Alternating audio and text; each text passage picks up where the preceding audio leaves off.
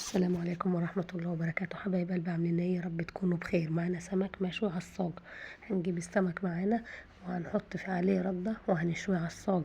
معانا بعد كده الخلطة اللي هيتحط عليه شفشق الخلاط، فيه طماطم وفيه فلفل وفيه توم وفيه كمون وكزبرة وملح. دي هنجيب حلة بعد ما نخلطهم وهنقوم حاطين فيها الحاجة دي.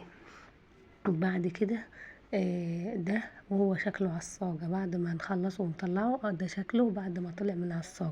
هنجيب الرز معانا هنصفيه ونغسله كويس وننقعه ونحطه عليه القعد ونحط عليه الملح ونحطه على مش على البوتاجاز ولا حاجة، كان معمول على الصاجة. ده شكل الرز بتاعنا. بعد كده هنعمل السلطة، طماطم وفلفل وخيار وشوية من الزيت وشوية من الكمون والكزبرة وشوية من الملح. ده شكل السلطة معانا. وانا وريتكم شكل الأرز، وده شكل السمك معانا. لو وصلتوا لحد هنا ما تنسوش تدعوا دعوة حلوة.